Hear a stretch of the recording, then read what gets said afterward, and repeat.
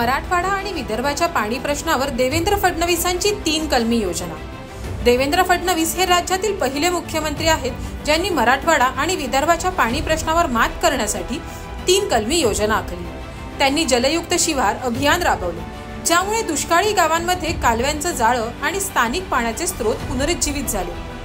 मराठवाड्याचा दुष्काळ दूर करण्यासाठी त्यांनी मराठवाडा वॉटर ग्रिड प्रकल्प सुरू केला, ज्यातून सर्व सिंचन प्रकल्पांना जोडून पाणी पुरवठ्याचं जाळं तयार करण्यात आलं। मुख्यमंत्री असताना फडणवीसांच्या डोक्यातून मराठवाडा आणि विदर्भातील पाणी टंचाई दूर करण्यासाठी नदीजोड प्रकल्पांची संकल्पना आली। वैनगंगा नळगंगा नदीजोड प्रकल्प यशस्वी झाल्यावर त्याचा मराठवाडा आणि विदर्भाला फायदा होणार आहे। एकंदरीतच या योजनांमुळे मराठवाडा आणि विदर्भाच्या पाणी समस्यांचे निराकरण होऊन सिंचन क्षमता वाढेल आणि हे प्रकल्प संपूर्ण देशासाठी आदर्श ठरतील।